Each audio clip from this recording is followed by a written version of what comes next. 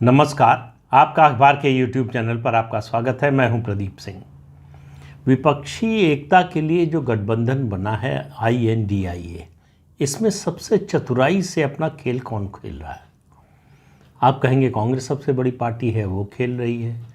आप कहेंगे ममता बनर्जी खेल रही हैं, या किसी भी पार्टी का JDU के नीतीश कुमार खेल रहे हैं, या RJD के लालू प्रसाद यादव खेल रहे हैं। लेकिन सबसे चतुराई भरा खेल खेल रहे हैं अरविंद केजरीवाल, आम आदमी पार्टी के नेता और दिल्ली के मुख्यमंत्री। अब उनका गेम प्लान समझिए। जो जिस नीति पर, जिस सिद्धांत पर, जिस सोच के साथ और कोई पार्टी इस गठबंधन में नहीं चल रही। इस गठबंधन में जितनी पार्टियां हैं, सबकी नज़र 2024 के लोकसभा चुनाव पर है। अरविंद केजरीवाल की नज़र 2024 के चुनाव पर कम है और उसके बाद की राजनीति पर ज़्यादा है। अब आप कहेंगे कि ये किस आधार पर कह रहे हैं?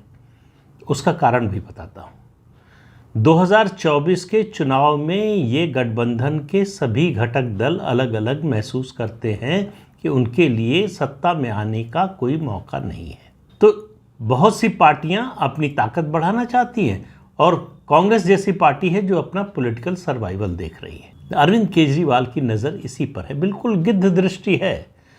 अरविंद केजरीवाल इंतज़ार कर रहे हैं कि कब कांग्रेस पार्टी गिरे और कब हमला करें। ये जो दोस्ती दिख रही है, ये अरविंद केजरीवाल की रणनीति का हिस्सा है, राजनीतिक रणनीति का। और अरविंद केजरीवाल और उनके साथियों को लगता है कि ये थोड़ा ठंडा करके खाने वाला, देर से और धैर्य से काम करने वाला प्रोजेक्ट है। इसमें जल्दबाजी करने की ज़रूरत नहीं है। हम सबको लग रहा था कि आम आदमी पार्टी कांग्रेस पार्टी से मिल गई, जिसके खिलाफ आंदोलन करके खड़ी हुई थी, और उसके साथ हाथ मिला लिया। तो इनकी जो है, इनका विचारधारा क्या है, इनकी राजनीतिक सोच क्या है, नैतिकता क्या है, अरविंद केजरीवाल के लिए इन सारे शब्दों का कोई अर्थ नहीं। उनका मतलब है कि कहाँ पार्टी बढ़ सकती है और कहाँ सत्ता मिल सकती है। इसके अलावा उनकी पार्टी का कोई लक्ष्य नहीं है, कोई विचारधारा नहीं है, कोई सोच नहीं है। उसके लिए उनको मालूम है कि अगर हमको राष्ट्रीय स्तर पर विकल्प बनना है या राष्ट्रीय स्तर पर अपनी पार्टी को खड़ा करना है, ये चुनाव आयोग से जो तकनीकी मान्यता मिली है राष्ट्रीय पार्टी का कि उससे आगे जाना है, तो उसके लिए बहुत ज़रूरी है कि वो कांग्रेस पार्टी को रिप्लेस करें। बिना उसके कोई भी राष्ट्रीय पार्टी खड़ी नहीं हो सकती। जब तक कांग्रेस है, तब तक कांग्रेस ही राष्ट्रीय पार्टी के रूप में सबसे बड़े विपक्षी दल के रूप में रहेगी। अब अरविंद केजरीवाल कर क्या रहे हैं? वो सलामी स्लाइसिंग कर रहे हैं। वो अनरीजनेबल नहीं होना चाहते। बातचीत में, सौदेबाजी में आपको दिखाई देगा कि वो रीजनेबल बात कर रहे हैं। वो कह रहे हैं कांग्रेस पार्टी से कि दिल्ली में तो आपका कुछ नहीं है, आपकी विधानसभा में एक भी सीट नहीं है, हमारा वोट जो है 50% से ऊपर है। ये अलग बात है कि लोकसभा में घट जाता है और कांग्रेस का बढ़ जाता है, फिर भी कांग्रेस जो है उस वोट शेयर के आधार पर चुनाव जीतने के बारे में तो सोच नहीं सकती। तो अरविंद केजरीवाल कांग्रेस पार्टी को ये समझाने की कोशिश कर रहे हैं कि कम सीट लेकर चुनाव लड़ लीजिए, तो हो सकता है आपके सांसद जीत कर आ जाएं। यही स्थिति पंजाब में है। पंजाब में कह रहे हैं कि विधानसभा चुनाव के बाद सारा जो है इक्वेशन बदल गया है, ज़मीनी हकीकत बदल गई है। पिछले 2019 के चुनाव में भले ही आपको 8 लोकसभा की सीटें मिली हो, अब ये नहीं मिलने वाली। कांग्रेस का जो राष्ट्रीय नेतृत्व है वो अपने प्रदेश के नेतृत्व की बात सुनने को तैयार नहीं है। उसे अपनी राष्ट्रीय जो स्थिति है उसको सुधारना है। अरविंद केजरीवाल को ये बहुत अच्छी तरह से मालूम है कि ये तीसरा लगातार चुनाव हारने के बाद कांग्रेस के लिए खड़े रहना बहुत कठिन हो जाएगा, और दिन पर दिन ये कठिन होता जाएगा। और ये बड़ा स्पष्ट रूप से दिखाई दे रहा है कि तीसरी हार के बाद कांग्रेस में टूट होगी। वो बड़ी होगी, छोटी होगी, कुछ लोग निकलेंगे, बड़े पैमाने पर निकलेंगे, ये पता नहीं है। लेकिन कांग्रेस जिस स्थिति में आज है उसी में नहीं रहेगी, ये आप बात मानकर चलिए। और अरविंद केजरीवाल को ये बात समझ में आ रही है, और कोई दूसरी पार्टी इस गठबंधन में इस स्थिति में नहीं है कि कांग्रेस के कमज़ोर होने का लाभ उठा सके। एक एक करके आप गिनती कर लीजिए। दक्षिण में चले जाइए, एमके स्टालिन को कांग्रेस की जो स्थिति है उससे और कमज़ोर हो जाए तो एमके स्टालिन को कोई फ़र्क नहीं पड़ता, उनकी जो ताकत है वो रहेगी। पश्चिम बंगाल चले जाइए, ममता बनर्जी, कांग्रेस वैसे ही ज़ीरो है, तो उससे और नीचे चली जाए तो उनको कोई फ़र्क नहीं पड़ता है, बल्कि उनको एक तरह से फ़ायदा ही है।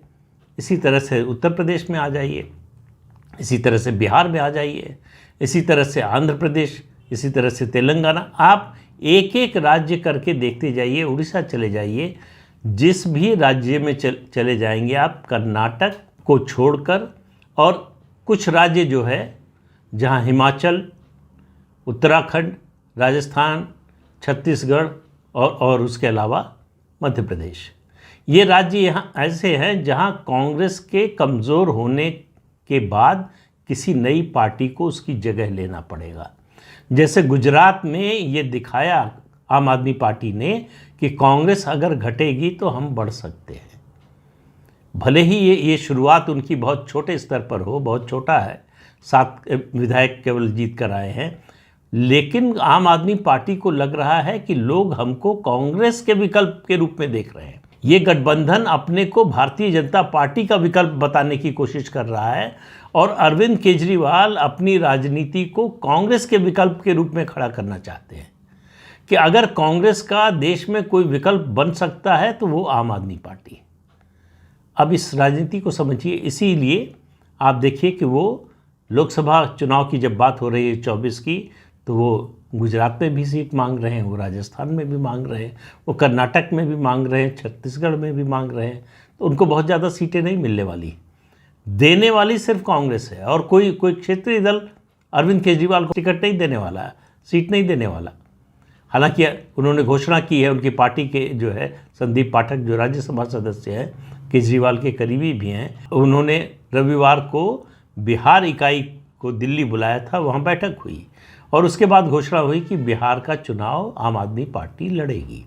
अब आप देखिए, मुंबई की बैठक से 3-4 दिन पहले इस तरह की घोषणा हो रही है, तो मैसेज क्या दे रहे हैं अरविंद केजरीवाल कि हम अपनी पार्टी को किसी भी हालत में, किसी भी कीमत पर बढ़ाने के लिए तैयार हैं, गठबंधन में रहकर भी और गठबंधन के बाहर भी।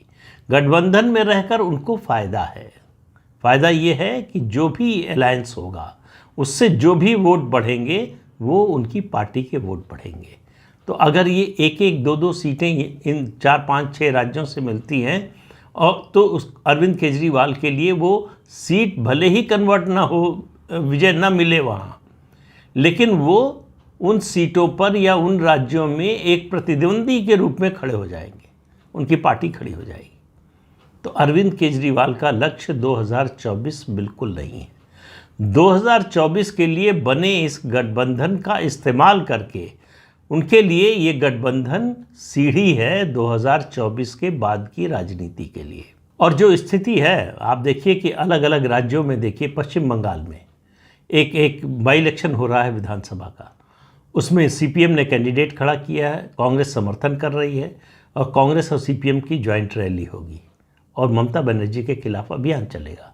अखिलेश यादव कह रहे हैं कि वो मध्य प्रदेश में अकेले चुनाव लड़ेंगे, कोई समझौता नहीं, कोई गठबंधन नहीं। अरविंद केजरीवाल बोल ही चुके हैं कि वो राजस्थान, मध्य प्रदेश और छत्तीसगढ़ में विधानसभा का चुनाव लड़ेंगे। तो गठबंधन, देखिए कोई भी गठबंधन जब बनता है तो उसके लिए पहले एक माहौल बनाना पड़ता है, वातावरण बनाना पड़ता है, और वो वातावरण बनाने के लिए ये संदेश देना पड़ता है कि ये जो अर्थमेटिक हम दिखा रहे हैं ये केमिस्ट्री में परिवर्तित होने की इसकी संभावना है, उसका आधार तैयार हो रहा है। तो उसके लिए क्या करते हैं, उसके लिए एक स्वर में बोलते हैं। किसी भी मुद्दे पर सबकी राय एक होगी, यहाँ सब अलग अलग आवाज़ में बोल रहे हैं। उसके अलावा आपस के मतभेद को संगठन के अंदर सुलझाएंगे, बाहर कोई कुछ नहीं बोलेगा, ये इंप्रेशन नहीं देंगे कि आपस में लड़ रहे हैं। अभी दिसंबर तक हैं ये विधानसभा के चुनाव, तो दिसंबर तक ये लड़ाई जारी रहेगी। एक तरफ गठबंधन का जो है स्वरूप बनाया जाएगा, दूसरी तरफ राज्यों में लड़ाई होगी। तो ये एकता का या किसी तरह की सिनर्जी बनने का कोई संदेश नहीं जाने वाला। और दिसंबर के बाद आपको मालूम है लोकसभा चुनाव का एक तरह से बिगुल बज ही जाएगा। हालांकि मार्च के दूसरे हफ्ते में चुनाव आयोग की अधिसूचना आएगी, लेकिन जनवरी से लोकसभा चुनाव आप समझिए कि शुरू हो जाएगा। तो उस समय तक विपक्षी दलों में कोई एकता का स्वरूप दिखाई नहीं देगा।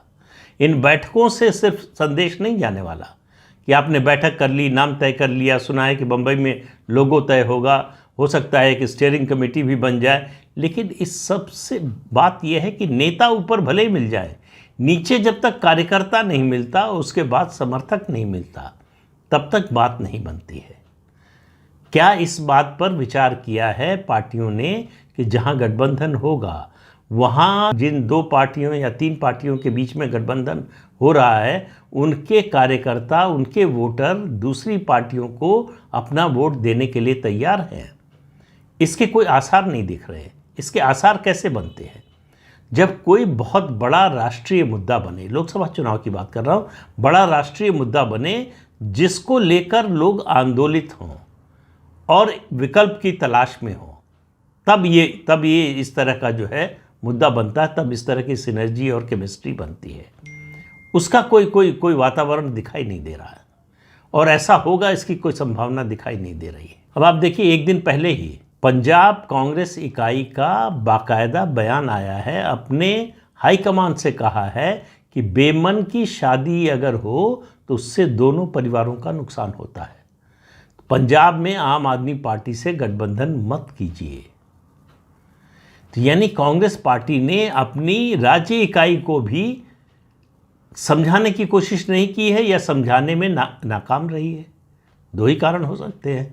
तो राज्य इकाई चाहे दिल्ली की हो चाहे पंजाब की हो, आम आदमी पार्टी से गठबंधन के लिए तैयार नहीं है, लेकिन शीर्ष नेतृत्व ने फैसला कर लिया है। तब उसका नतीजा क्या होगा आप समझ सकते हैं। तो इस तरह के गठबंधन का कोई फायदा नहीं होने वाला है सामूहिक रूप से।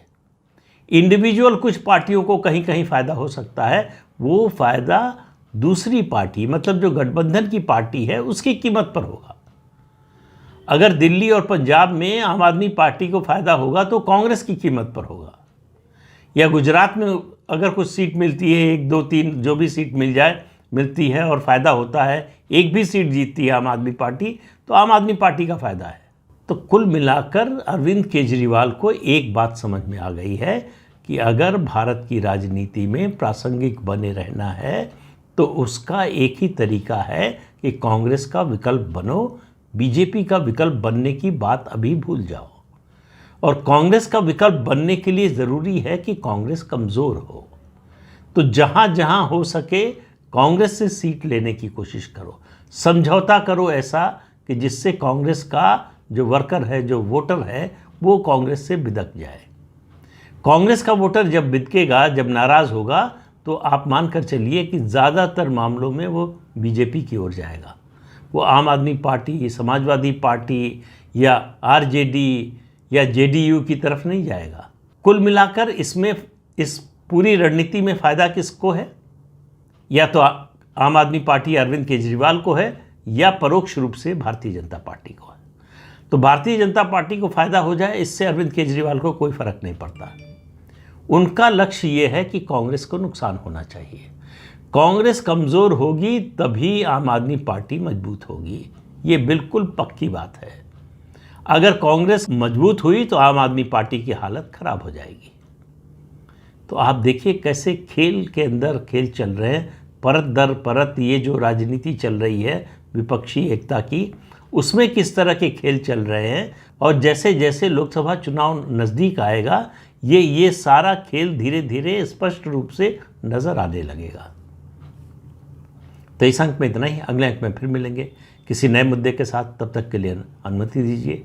आपसे अनुरोध है कि ये चैनल देखिए, शेयर कीजिए, लाइक कीजिए और सब्सक्राइब ज़रूर कीजिए। नमस्कार।